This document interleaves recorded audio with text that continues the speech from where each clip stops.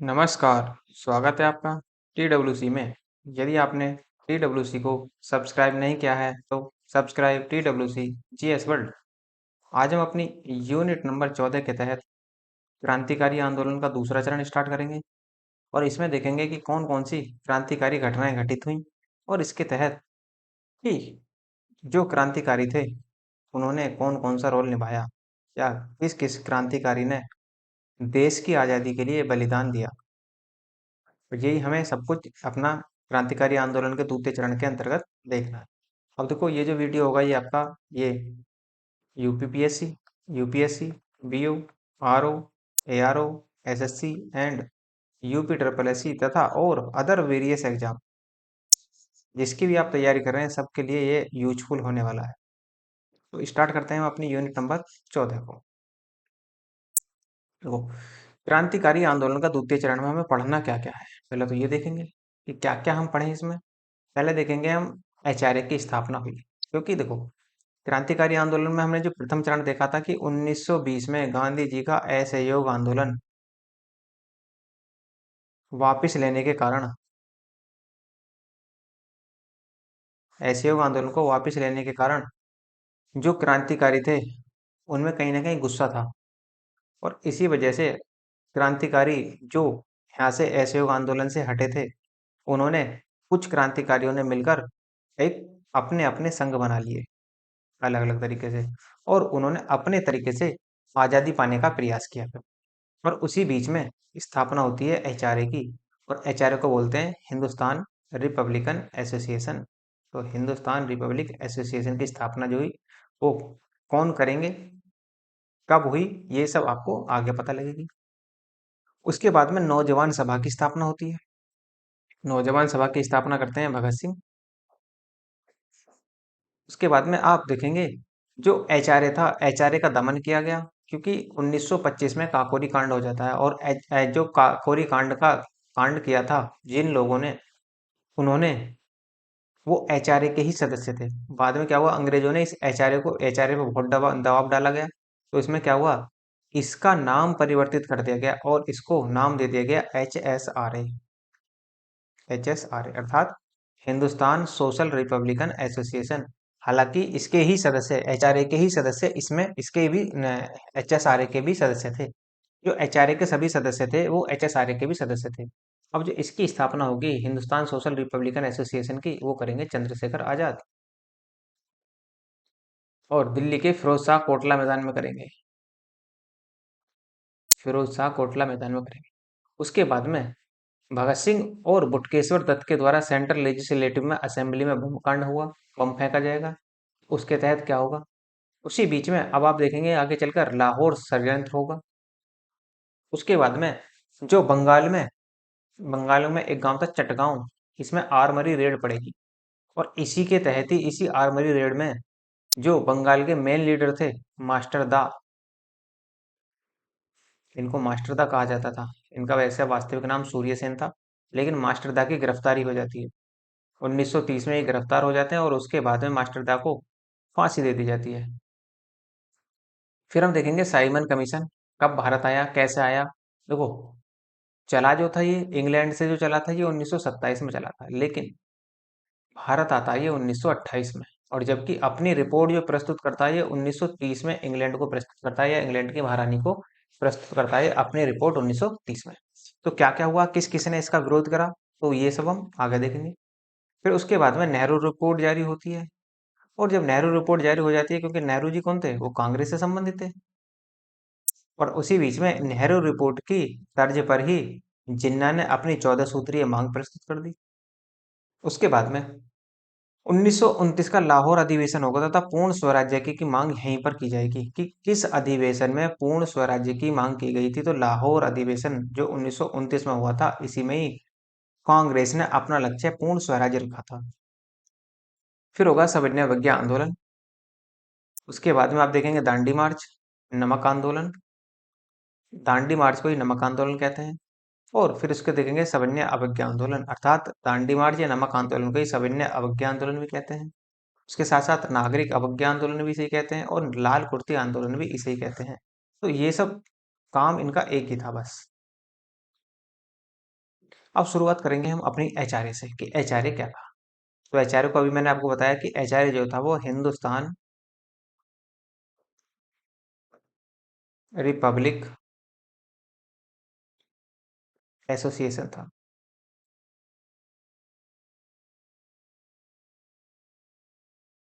Hindustan Republic association के नाम से इसकी स्थापना होती है।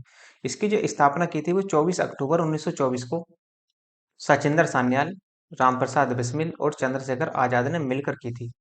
और इसी वजह से इस एचआरए का नाम दिया गया हिंदुस्तान रिपब्लिक एसोसिएशन। तो एचआरए की स्थापना का श्रेय जाता है सचिंदर सान्याल को, रामप्रसाद बिस्मिल को और चंद्रशेखर आजाद को। इसका उद्देश्य क्रांतिकारी गतिविधियों के माध्यम से देश में समाजवादी संघीय गणतंत्र की स्थापना करना था। कुल मिलाकर सबका उद्देश्य एक ही था, स्वराज्य, कि हमें आजादी चाहिए, स्वराज चाहिए, वो भी स्वयं का स्वराज्य चाहिए। तो इसी तरीके से क्या हुआ, एचआरए ने अपने तरीके से बात को रखने का प्रयास किया और ये जो थे ये हिंसात्मक रूप से अपनी बातों को रखते थे। ये मानते थे कि अंग्रेज यहाँ के नहीं है। ये मानते थे कि अंग्रेजों ने हम पर जबरदस्ती थोपा गया हम हमको। और इसी वजह से ये सोचते थे कि यदि हम अपने देश में चोरी भी कर रहे हैं तो हम अपने ही देश की चोरी कर रहे हैं, अंग्रेजों की चोरी नहीं कर रहे हैं। तो ये इनका मानना था। तो ये अपनी बातों को हिंसात्मक तरीके से मनवाने का प्रयास करते थे और उसी तरीके से जो अंग्रेज थे वो भी हिंसात्मक तरीके से क्रांतिकारियों का दमन करने में बिल्कुल भी चूक नहीं करते थे। तो एचआरए की स्थापना हो जाती है 24 अक्टूबर 1924 को। उसके बाद में इस संगठन से सचिंदर सान्याल द्वारा बंदी जीवन नामक पत्रिका प्रकाशित की गई थी। ये ध्यान रखेंगे कि बंदी जीवन नामक पत्रिका किसने प्रकाशित की थी, तो सचिंदर सान्याल ने की थी। और सचिंदर सान्याल का जो संबंध था वो एचआरए से था। और 1925 में रिवोल्यूशनरी नामक एक पर्चा भी निकाला गया था यहाँ से। रिवोल्यूशनरी का मतलब एक क्रांतिकारी, क्रांतिकारी नामक पर्चा भी यहीं से निकाला गया था।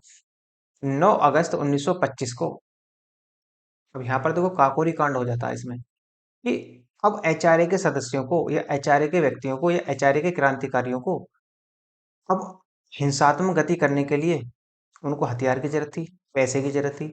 और हथियार और पैसा रखा था इस काकोरी ट्रेन में। जो इस काकोरी ट्रेन का मतलब 8 डाउन ट्रेन थी, इसका नाम जो था, हो सकता है कि काकोरी कांड में जो ट्रेन को लूटा गया था कि उस ट्रेन का नाम क्या था, तो 8 डाउन ट्रेन थी। और ये जो ट्रेन थी ये लखनऊ से सहारनपुर के लिए जा रही थी। और इसी बीच में काकोरी नामक स्थान पर इसे लूटा गया, जिसे काकोरी कांड के नाम से जाना जाता है। काकोरी कांड की घटना कब घटित हुई, 9 अगस्त 1925 को। किसने इसको अंजाम दिया, तो एचआरए के सदस्यों ने इसे अंजाम दिया था। और एचआरए के सदस्यों में थे रामप्रसाद बिस्मिल, अशफाक उल्ला खां, रोशन सिंह और राजेंद्र लाहिड़ी, उसके साथ साथ चंद्रशेखर आजाद। ये सब कहाँ थे, ये सब इसी काकोरी कांड में शामिल थे। और उसके साथ साथ अब कुछ लोगों की इसमें गिरफ्तारी हो जाती है बाद में। ट्रेन को तो लूट लिया गया, लेकिन बाद में कुछ लोगों की गिरफ्तारी हुई, जैसे रामप्रसाद बिस्मिल को गिरफ्तार किया गया।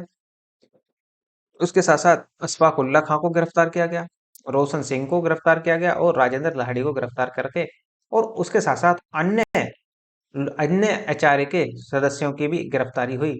लेकिन जो आप इनमें ये चार नाम देख रहे हैं ना, ये बहुत ज्यादा फेमस है, क्योंकि इन चारों को ही अंग्रेजों ने बाद में फांसी दे दी, और वो भी गुमनाम तरीके से फांसी दी गई थी इनको।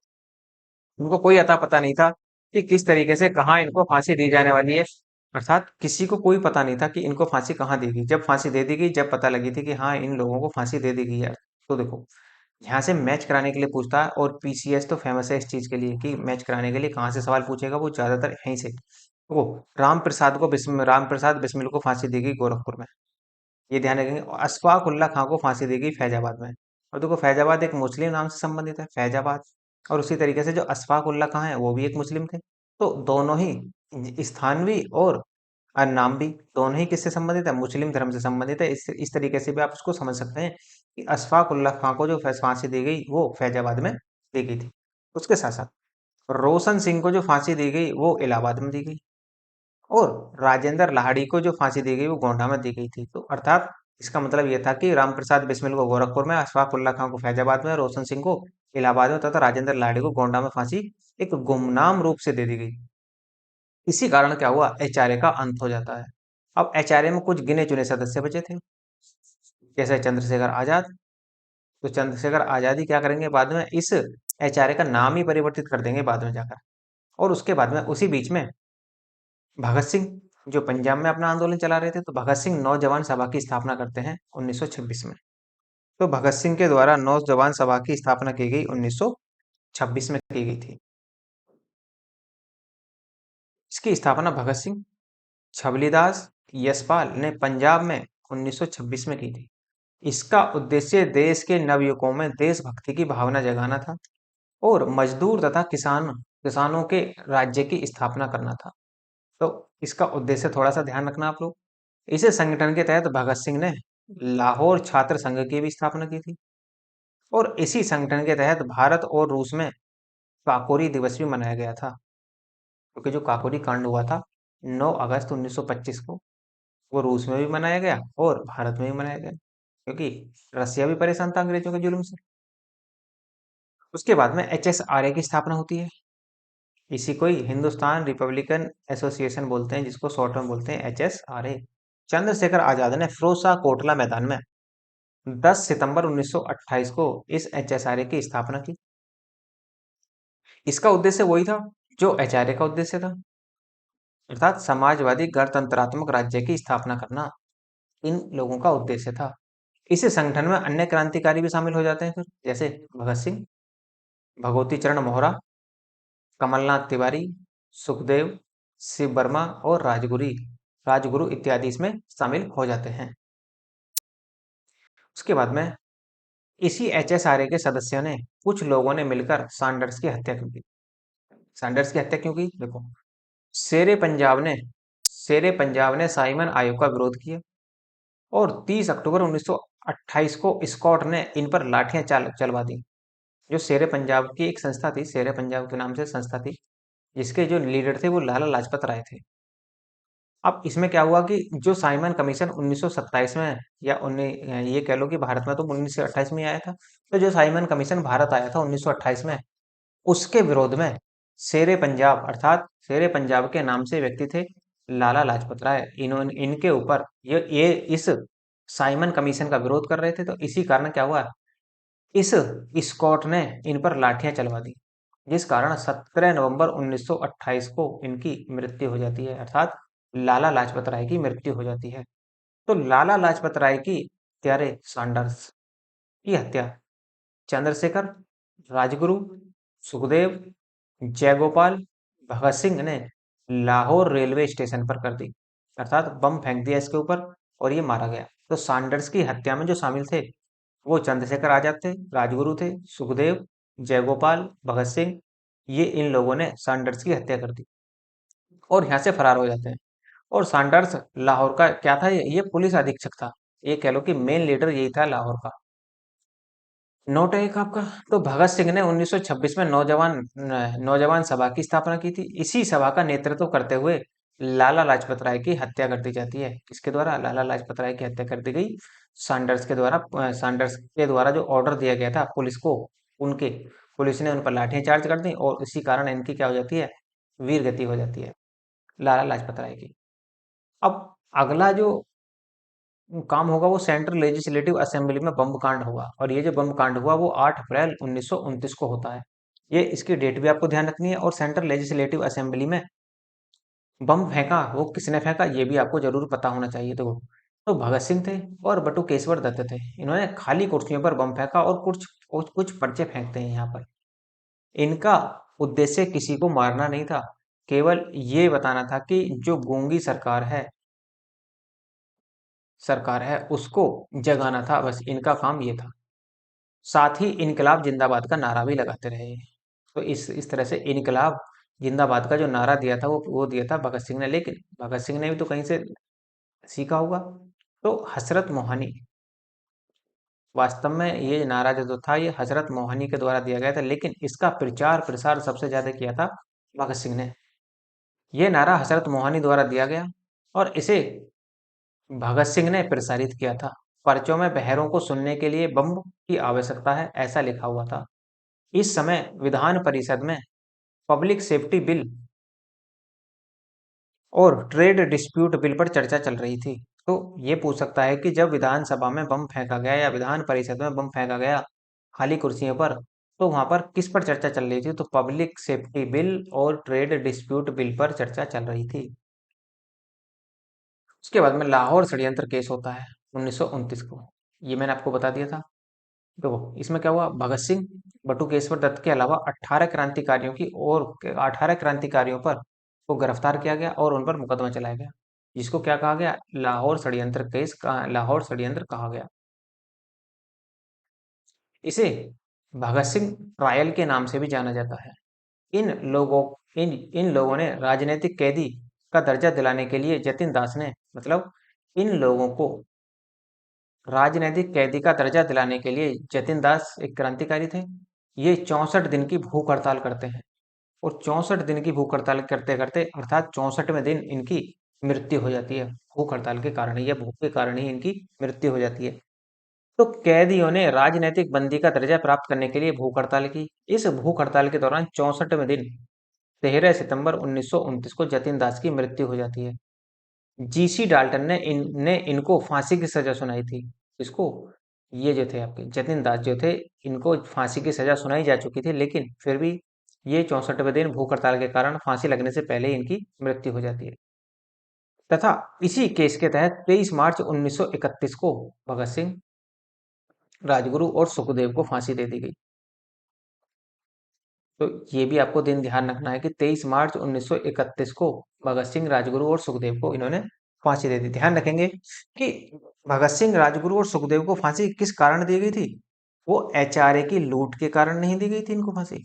ये भी ध्यान रखना। जो मतलब काकोरी कांड हुआ था उसमें नहीं, उसके तहत नहीं, ये दी गई थी सैंडर्स की हत्या के कारण, अर्थात लाहौर षड्यंत्र में ये शामिल थे और उसी कारण इन तीनों को फांसी दे दी जाती है, भगत सिंह, राजगुरु और सुखदेव। हालांकि चंद्रशेखर आजाद भी इसमें शामिल थे और 18 लोग और भी शामिल थे। इसका मतलब वे तो बच निकले। किसी को छोटी सजाएं हो गई, किसी को उम्र कैद की सजा होगी, किसी को 6 साल की सजा होगी, लेकिन चंद्रशेखर आजाद इनके हाथ नहीं लगे थे। चंद्रशेखर आजाद बचकर निकल गए थे यहीं से। भगत सिंह को फिरोजपुर में सतलज नदी के किनारे फिरोजपुर जिले में ही दफना दिया गया। आज यहीं पर भगत सिंह स्मारक भी बना हुआ है। तो अर्थात जो फिरोजपुर शहर है, तो भगत सिंह स्मारक कहाँ है? तो वो फिरोजपुर में ही है, भगत सिंह स्मारक पंजाब में। फरार चंद्रशेखर आजाद क्रांतिकारी दलों को संगठित करने की जिम्मेदारी यशपाल को देते हैं, क्योंकि एच एस आर ए के सदस्य थे, उनमें एक भगत सिंह ये यशपाल भी थे। इसी दौरान आजाद इलाहाबाद आते हैं तथा यहीं पर वर्तमान में यहीं पर अल्फ्रेड पार्क में पुलिस मुठभेड़ में 27 फरवरी 1931 को इनको वीरगति प्राप्त होती है। अर्थात ये स्वयं को ही गोली मार लेते हैं। इनका अपने आप से ही स्वयं से वादा था कि ये अंग्रेजों की गिरफ्त में कभी नहीं आएंगे। और ऐसा कहा जाता है कि अपनी पिस्तौल में ये एक गोली एक्स्ट्रा हमेशा रखते थे कि यदि कहीं भी घिरे तो ये स्वयं को ही गोली मार लेंगे। तो यही काम यहाँ पर भी हुआ। तो ये स्वयं को ही गोली मार लेते हैं और अंग्रेजों के हाथ कभी नहीं आई। तो 17 फरवरी 1931 को वीरगति प्राप्त होती है। वर्तमान में इसी अल्फ्रेड पार्क का नाम आजाद पार्क के नाम से प्रसिद्ध है। तो अब आप इसे पार्क को, जहाँ चंद्रशेखर आजाद को वीरगति हुई थी, वहां उस पार्क को अब अल्फ्रेड पार्क नहीं कहा जाता, उस पार्क को आजाद पार्क के नाम से जाना जाता है। और इसी को पहले कंपनी गार्डन के नाम से भी जाना जाता था। यशपाल को गिरफ्तार कर 14 वर्ष की सजा दे दी गई, परंतु 1937 में उत्तर प्रदेश में गोविंद बल्लभ पंत की मंत्रिमंडल ने इन्हें बिना शर्त के जेल से रिहा करवा दिया। तो मंत्रियों ने, कोई जो मंत्री थे गोविंद बल्लभ पंत, इनके कहने पर यशपाल को छुड़वा दिया गया जेल से। बाद में ये कई उपन्यास लिखते हैं। अब देखो, किताब लिखने का जो जरिया था वो शुरू से ही चला आ रहा था, पहले से ही किताबें अक्सर लिखी जा रही थी, ग्रंथ अक्सर लिखे जाते थे, लेकिन यशपाल के पास कोई ऑप्शन ज्यादा नहीं थे, क्योंकि जो इनके सहयोगी थे वो सभी के सभी वीर गति को प्राप्त हो चुके थे। जैसे भगत सिंह, राजगुरु, चंद्रशेखर आजाद, सुखदेव, ये सबको सब वीर गति प्राप्त हो चुकी थी। उसके बाद में चटगांव आर्मरी रेड होगा। इस चटगांव आर्मरी रेड में क्या होगा? देखो, सूर्य सेन थे, जिनको मास्टरदा भी कहा जाता है, ने इंडियन रिपब्लिक का आर्मी की स्थापना की थी, इन्होंने ही। तथा चटगांव, बारिशोल और मेमन सिंह में स्थित अंग्रेजों के शस्त्रागार पर एक साथ धावा बोल दिया। कि जहां पर अंग्रेजों के अस्त्र शस्त्र रखे हुए थे वहां पर इन्होंने धावा बोल दिया इस आर्मी के लोगों ने। और 18 अप्रैल 1930 को इन्होंने धावा बोला था, परंतु इस धावे में क्या हुआ कि मास्टरदा स्वयं ही गिरफ्तार हो जाते हैं और उसके बाद में 12 जनवरी 1934 को मास्टरदा को फांसी दे दी जाती है। तो जो चटगांव आर्मरी रेड था या इंडियन रिपब्लिकन आर्मी थी, ये समाप्त हो जाती है यहीं पर। अन्य महत्वपूर्ण क्रांतिकारी गतिविधियां भी हुई थी, जैसे 1931 में बंगाल के कैमिल्ला विद्यालय है ये, बंगाल के कैमिल्ला विद्यालय की दो छात्राएं थी, शांति घोष और सुनीता चौधरी ने वहां के कलेक्टर को गोली मारकर हत्या कर दी। अब आप सोचो, ऐसा नहीं था कि महिलाओं का कोई योगदान था ही नहीं क्रांतिकारियों में, ऐसे ऐसी बहुत सारी महिलाएं हैं जिनका नाम तक नहीं लिया जाता भारतीय इतिहास में। तो कुछ महिलाएं यहाँ भी निकल कर सामने आती हैं। तो दो महिलाएं ऐसी थी जिन्होंने क्या करा कि बंगाल के कलेक्टर को ही गोली मार दी। तो शांति घोष थी और सुनीता चौधरी। उसके बाद में 1932 में बीना दास ने कलकत्ता विश्वविद्यालय के दीक्षांत समारोह में गवर्नर पर गोली चला दी, लेकिन इसकी किस्मत अच्छी थी कि ये बच गया।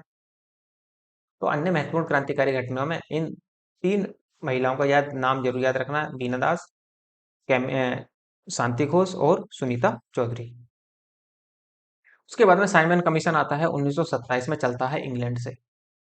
तो 1919 के अधिनियम में यह प्रावधान था कि इस एक्ट की समीक्षा 10 वर्ष पर की जाएगी। अब हुआ क्या देखो, जो 1919 का मॉन्टेग्यू चेम्सफोर्ड सुधार अधिनियम लाया गया था, तो इसकी समीक्षा के लिए प्रत्येक 10 वर्ष पर एक कमीशन नियुक्त होता था।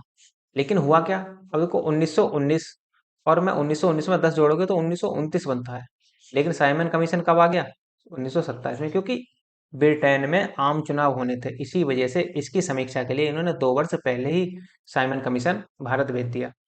तो 10 वर्ष पर समीक्षा की जाती थी, लेकिन ब्रिटिश प्रधानमंत्री एटले बर्ड ने ब्रिटेन में चुनाव को देखते हुए 1927 में ही सर साइमन की अध्यक्षता में एक समिति का गठन कर दिया, जो जिसे साइमन कमीशन कहा गया। तो इस कमीशन में कुल जो सदस्य थे वो 7 सदस्य थे, सभी अंग्रेज थे। इसी वजह से इसी वजह से भारतीय नाराज थे, या कांग्रेस और मुस्लिम लीग दोनों ही नाराज थे, क्योंकि इसमें कोई भी भारतीय को शामिल नहीं किया गया था। इसी कारण इस कमीशन को श्वेत कमीशन भी कहा जाता है। श्वेत कमीशन के कारण क्या था कहने का, कि सभी के सभी लोग गोरे थे इसमें, अर्थात सभी के सभी लोग अंग्रेज थे, इसी वजह से इसे श्वेत कमीशन की संज्ञा दी गई। इसके अध्यक्ष जो बनते हैं वो सर साइमन थे, जो लिबरल पार्टी के थे। अब इसमें देखो कौन कौन थे, तो जो इन 7 सदस्यों में से कौन कौन थे, तो 2 सदस्य थे एटली और बर्नार्ड, एटली बर्नार्ड है, एटली बर्नार्ड और हार्डसॉन, ये लेबर पार्टी के थे। 4 सदस्य थे बॉथम, स्ट्रेंथ, कोना, लैनफॉक्स और गेटगॉन, ये ब्रिटेन के सत्ताधारी पार्टी के कंजर्वेटिव पार्टी से थे। तो इस तरीके से ये जो बने। अच्छा, इसमें एक मिस्टेक होगी, ये यहाँ से तीनों को लो आप, ये 3 थे यहाँ पर, 3 तो थे लिबरल पार्टी से, एटली, बर्नार्ड और हार्डसॉन। उसके बाद में 4 जो बने थे, 4 सदस्य अलग थे, बॉथम, स्ट्रेथ कोना, लैंडफॉक्स और गेटकॉन, ब्रिटेन के सत्ताधारी पार्टी के कंजर्वेटिव पार्टी से थे। ये कंजर्वेटिव पार्टी से थे, पार्टी आपको याद नहीं रखनी, लेकिन कभी कभी नाम दे देता है कि कौन साइमन कमीशन में शामिल नहीं था, या कभी कभी ऑप्शन ही दे देगा कि बताओ निम्न में से कौन कौन साइमन कमीशन में था। तो ये आपको ध्यान रखना है कि कौन कौन साइमन कमीशन में था। उसके बाद में साइमन कमीशन में एक भी भारतीय शामिल न किए जाने के कारण कांग्रेस हर हाल एवं हर जगह पर हर परिस्थिति में साइमन कमीशन का विरोध करने का निर्णय ले चुकी थी। तो इसी वजह से क्या होता है, लाला लाजपत राय की भी जो हत्या होती है लाठीचार्ज के दौरान, वो भी इसी कारण होती है। और मद्रास अधिवेशन में सर्वसम्मति से इसे सभी जगह स्वीकार कर लिया गया। जो कांग्रेस का अधिवेशन हुआ मद्रास में, उस की साइमन कमीशन का विरोध किया जाएगा, उसको स्वीकार कर लिया जाता है। साइमन कमीशन के सदस्य 2 फरवरी 1928 को बंबई में आते हैं। अभी आपको मैंने यही बताया कि ये जो चला था ये 1927 को चला था इंग्लैंड। और कभी कभी डेट सीधी दे दी जाती है कि साइमन कमीशन भारत कब आया। तो ध्यान रखना कि साइमन कमीशन भारत आया था 1928 में, लेकिन ये जरूर ध्यान रखना कि चला कब था इंग्लैंड से, तो ये चला था 1927 में। आते ही आते हैं जहां साइमन गो बैक का नारा लगाया गया, तो जनता द्वारा या कांग्रेस के द्वारा साइमन गो बैक का अर्थात साइमन वापस जाने का नारा लगाया गया। उस दिन पूरी बंबई में हड़ताल की गई। लखनऊ में साइमन का विरोध खलीफुत जमा के निर्देशन में हो रहा था। यहीं से जवाहरलाल नेहरू तथा गोविंद बल्लभ पंत भी साइमन का विरोध कर रहे थे। मद्रास में साइमन कमीशन का विरोध टी प्रकाशन कर रहे थे। ये ध्यान रखेंगे कि किस किस ने कहाँ कहाँ किस किस का विरोध किया। अर्थात साइमन कमीशन का विरोध पूछ ले कि मद्रास में किसने करा, तो टी प्रकाशन ने किया। उसी तरीके से लखनऊ में साइमन कमीशन का विरोध खलीफुज्जमा ने किया था। तो अलग अलग व्यक्तियों ने अलग अलग स्थानों पर इसका विरोध किया था। अर्थात जहां भी ये जाता था वहीं इसका विरोध होता था। लाहौर में लाला लाजपत राय इसका विरोध कर रहे थे। इसी विरोध के दौरान लाहौर का अधीक्षक था सैंडर्स, इसे क्या करता है कि लाठी चार्ज का आदेश दे देता है। इसमें क्या हुआ, लाला लाजपत राय के सर में चोट लगने से लाला लाजपत राय की 17 नवंबर 1928 को मृत्यु हो जाती है।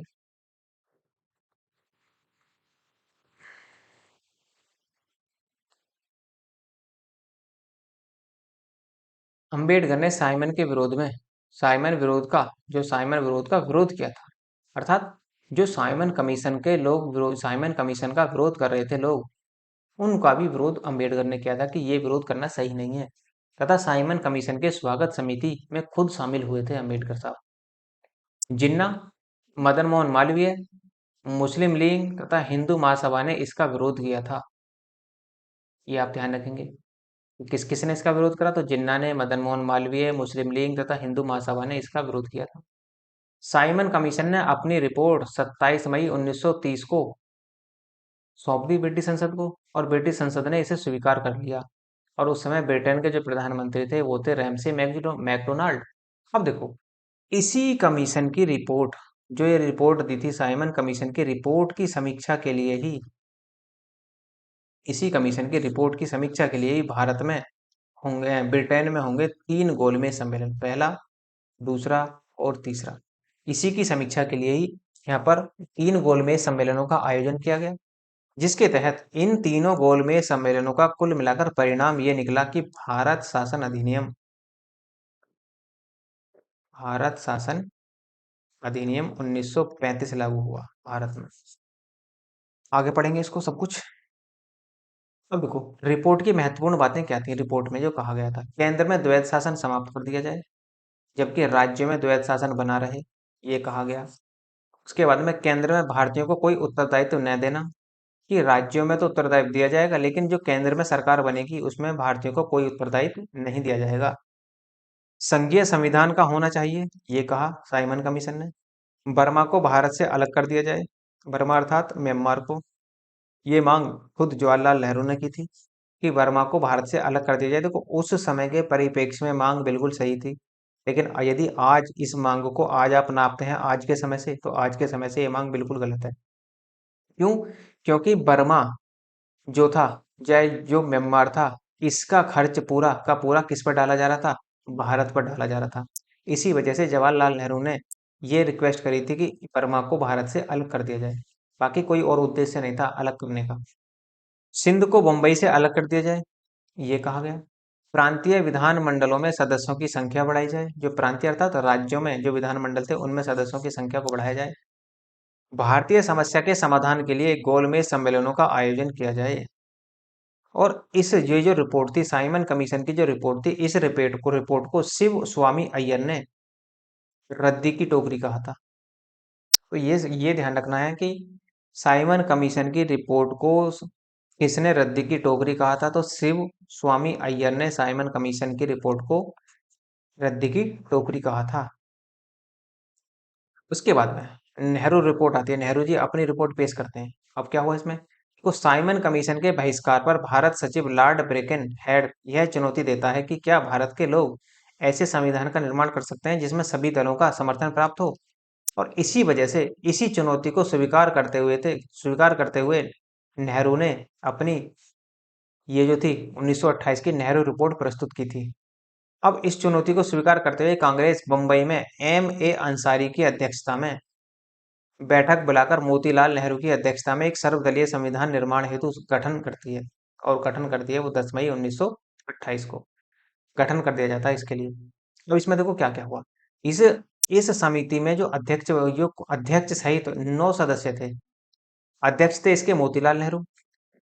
श्वेत कुरैशी जो व्यक्ति थे वो मुस्लिम लीग से थे। अली इमाम ये भी मुस्लिम लीग से थे। और M.S. अणे ये हिंदू महासभा से थे। मंगल सिंह सिख से थे। और G.D. प्रधान SCR और ST से संबंधित थे ये। और T.D. सप्रू ये लिबरल पार्टी से थे। जबकि एस सी बोस मतलब सुभाष चंद्र बोस कांग्रेस से थे, और एम एन जोशी ये लेबर पार्टी से थे। इसका मतलब लेबर पार्टी जो चली थी इंग्लैंड में चली थी, तो केवल एक अंग्रेज इसमें शामिल था और बाकी 8 के 8 लोग भारतीय थे। तो ये पूछा जा सकता है कि जो नेहरू रिपोर्ट प्रस्तुत हुई उसमें मुस्लिम लीग से कितने सदस्यों को शामिल किया गया। तो मुस्लिम लीग से सदस्य जो शामिल हुए थे वो हुए थे 2 सदस्य शामिल। उसके साथ साथ कांग्रेस से कितने सदस्य शामिल हुए। तो कांग्रेस से शामिल हुए थे एस सी बोस, सुभाष चंद्र बोस और मोतीलाल नेहरू, दो ही यहाँ से, बाकी सब एक एक थे। यह समिति 1928 में अपनी रिपोर्ट देती है, जिसे नेहरू रिपोर्ट कहा गया। इसमें वह मूल अधिकारों के साथ साथ डोमिनियन स्टेट की मांग भी की गई, जिससे युवा कांग्रेस इस रिपोर्ट के विरोधी हो गई। अर्थात डोमिनियन स्टेट का मतलब आप औपनिवेशिक बना कर रखेंगे भारत को। तथा नवंबर 1928 में ऑल इंडिया इंडिपेंडेंस लीग की स्थापना जवाहरलाल नेहरू, सुभाष चंद्र बोस और सत्यमूर्ति करते हैं।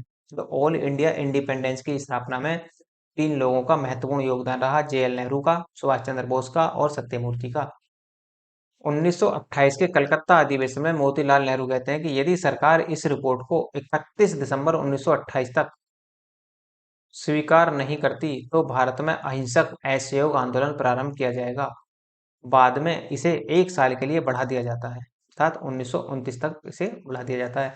अब देखो इस बीच में आपने कुछ देखा, आपने गांधी जी का कहीं रोल नहीं देखा। क्यों? क्योंकि जो असहयोग आंदोलन हुआ था उसी असहयोग आंदोलन में गांधी जी को 6 वर्ष की सजा हो जाती है, और जो गांधी जी थे वो गांधी जी सक्रिय राजनीति से बिल्कुल एकदम दूर हो जाते हैं। जिन्ना, अब कांग्रेस की एवज जो कांग्रेस ने जो नेहरू रिपोर्ट प्रस्तुत की थी उन्हीं की एवज में जिन्ना ने अपनी 14 सूत्रीय मांग प्रस्तुत की, और इसमें कुछ मांगे हैं। देखो क्या क्या थी। जैसे हिंदू मुस्लिम मत भिन्नता के कारण जिन्ना नेहरू रिपोर्ट के स्थान पर 14 सूत्रीय मांग लेकर आते हैं, परंतु कांग्रेस जिन्ना की इस मांग को अस्वीकार कर देती है। कांग्रेस नहीं मानती इसको।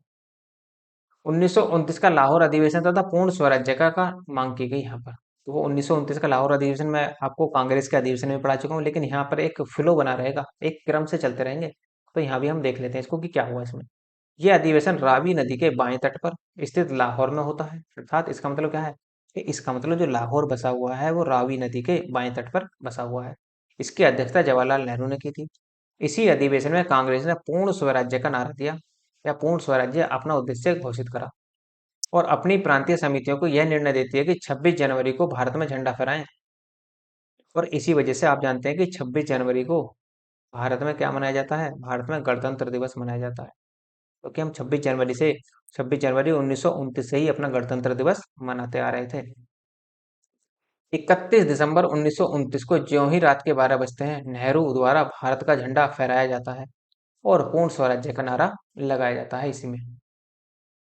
अब होता है देखो सविनय अवज्ञा आंदोलन, सविनय अवज्ञा आंदोलन। सविनय का मतलब होता है कि आप सादर किसी के साथ विनय करेंगे, और विनय के साथ साथ उसकी बातों का उल्लंघन भी करेंगे। किसी की बातों को मानेंगे भी आप, लेकिन उसकी बातों को हिंसात्मक रूप नहीं देंगे, अहिंसात्मक रूप देंगे, लेकिन उसका काम भी नहीं करेंगे आप।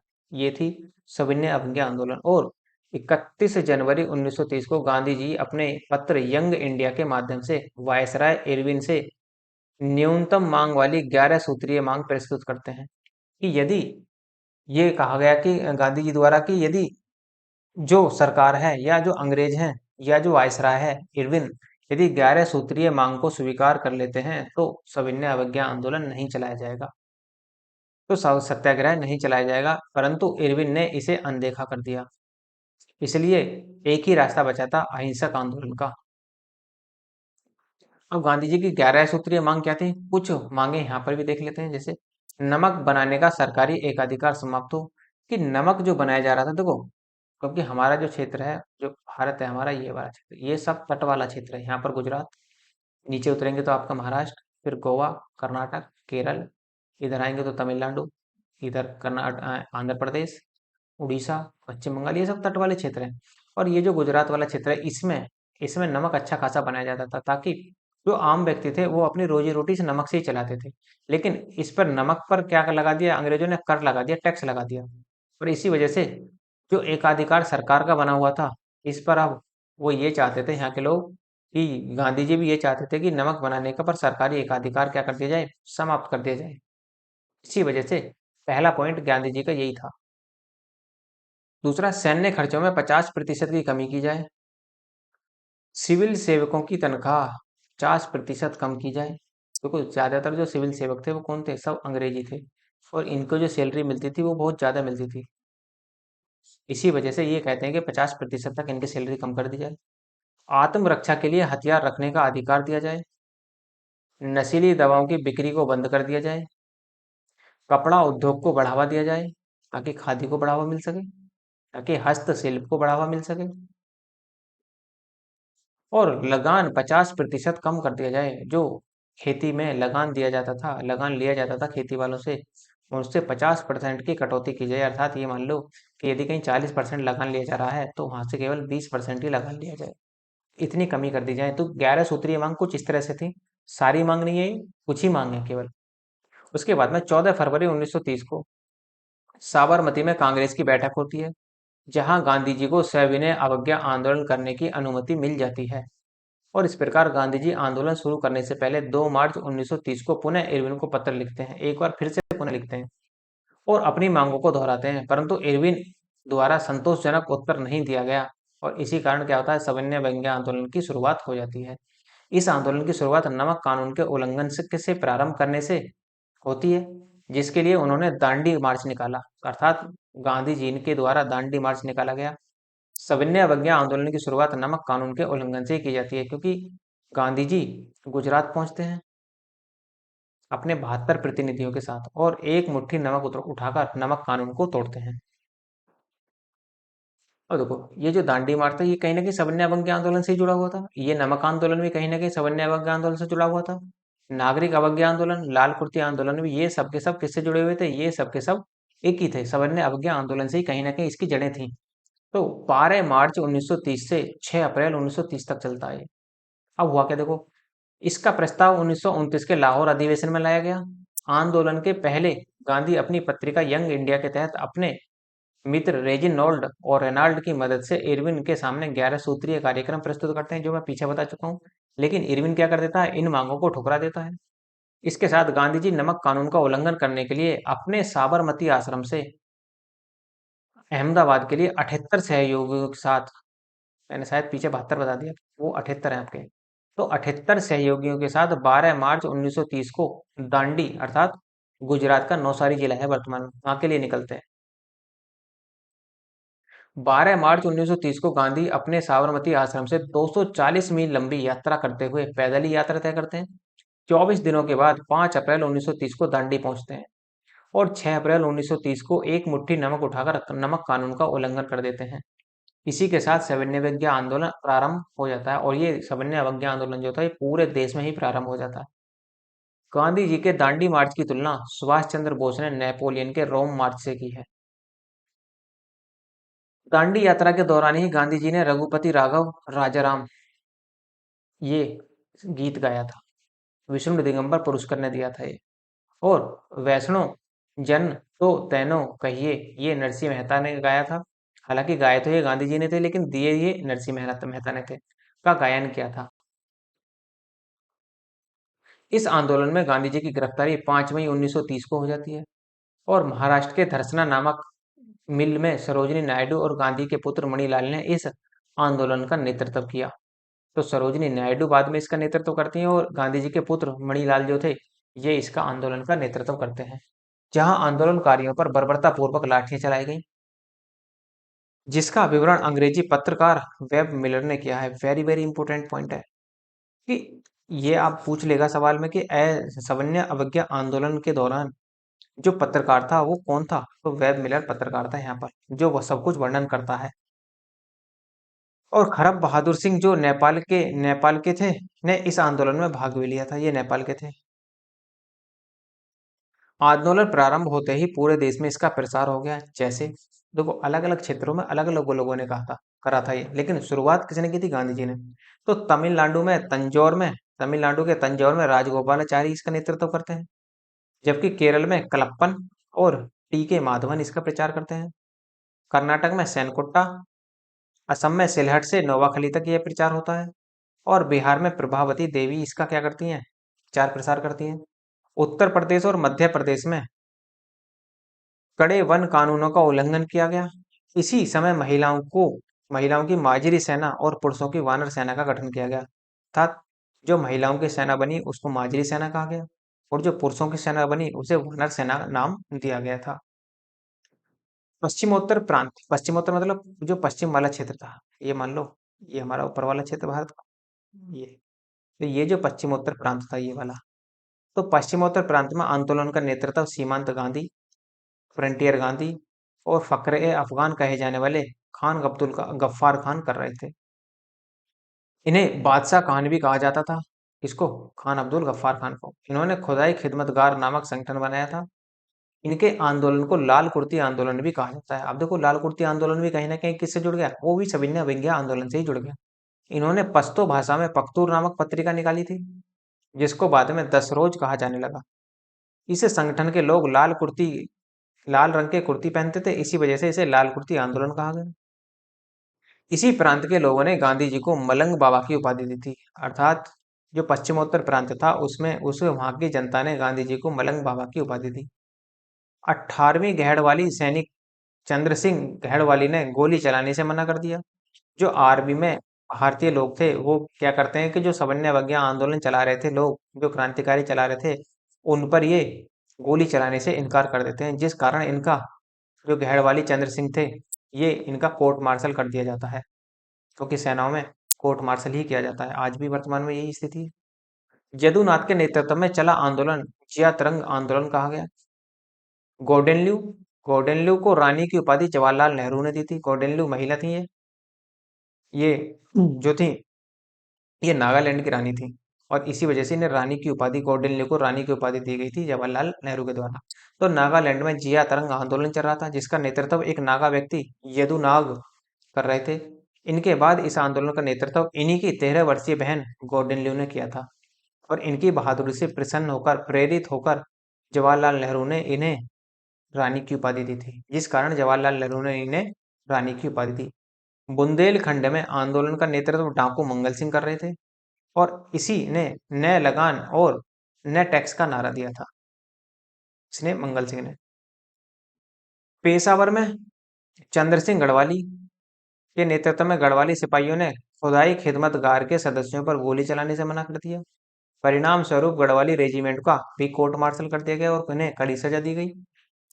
बंबई में आंदोलन का केंद्र जो था वो धरसना बना हुआ था, जहां बहुत ही क्रूर दमन चक्र अंग्रेजों के द्वारा अपनाया गया था, जिसका प्रत्यक्षदर्शी पत्रकार वेब मिलर था।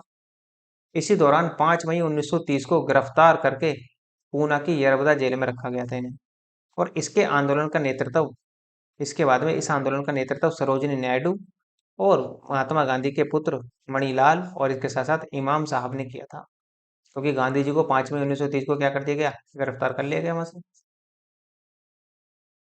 उसके बाद में आचार्य विनोबा भावे पहली बार इस आंदोलन में गिरफ्तार होते हैं। तो ये ध्यान रखना कि सविनय अवज्ञा आंदोलन में गिरफ्तार होने वाले सबसे पहले व्यक्ति थे, तो वो थे आचार्य विनोबा भावे।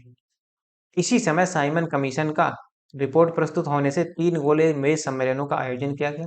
इसमें कांग्रेस केवल द्वितीय गोलमेज सम्मेलन में ही भाग लेती है। अब देखो, जो प्रथम गोलमेज सम्मेलन होगा, द्वितीय गोलमेज सम्मेलन होगा और तृतीय गोलमेज सम्मेलन होगा, उसमें क्या क्या निष्कर्ष निकलेगा वो मैं आपको बताऊंगा। अगली यूनिट नंबर आपकी जो चलेगी वो चलेगी आपकी 14। वो यूनिट नंबर 14 ही आपकी गोलमेज सम्मेलन के नाम से होगी, तो उसमें सब कुछ चर्चा की जाएगी। इसमें क्रांतिकारी आंदोलन का केवल द्वितीय चरण ही हम यहाँ पर देखेंगे, और उसके बाद में तृतीय चरण स्टार्ट हो जाएगा आपका आगे से। और यदि आपको लगता है कि लेक्चर अच्छा है और रिवीजन के लिए इसकी पीडीएफ होनी चाहिए, तो आप टेलीग्राम ज्वाइन कर लीजिए। यदि आप टेलीग्राम यूज नहीं करते तो आप व्हाट्सअप ज्वाइन कर लीजिए। दोनों के लिंक आपको डिस्क्रिप्शन में मिल जाएंगे, कोई सा भी एक ज्वाइन कर लेना यहाँ से। उसके साथ साथ यदि आपको हिस्ट्री की कंप्लीट पीडीएफ चाहिए, उसके लिए आप मेल कर सकते हैं। मेल का लिंक भी आपको डिस्क्रिप्शन में दिया हुआ है। तथा यदि आपको इसकी हार्ड कॉपी चाहिए नोट्स के रूप में, तो वो भी आपको यहाँ पर मिल जाएगी। उसके लिए आपको 8 से 10 दिन का वेट करना होगा, क्योंकि जो कोरियर पहुंचेगा वो आपको आपके घर पर वो लगभग 8 से 10 दिन में ही पहुंचेगा। तो हार्ड कॉपी भी आपको अपने पते पर पहुंचाई जा सकती है, और उसके साथ साथ पीडीएफ आपको तुरंत ही मेल पर मिल जाएगी, जैसे आप मेल करेंगे। उसके साथ यदि आपको लेक्चर अच्छा लगा हो तो लाइक कीजिए, शेयर कीजिए और सब्सक्राइब करना ना भूलें। धन्यवाद।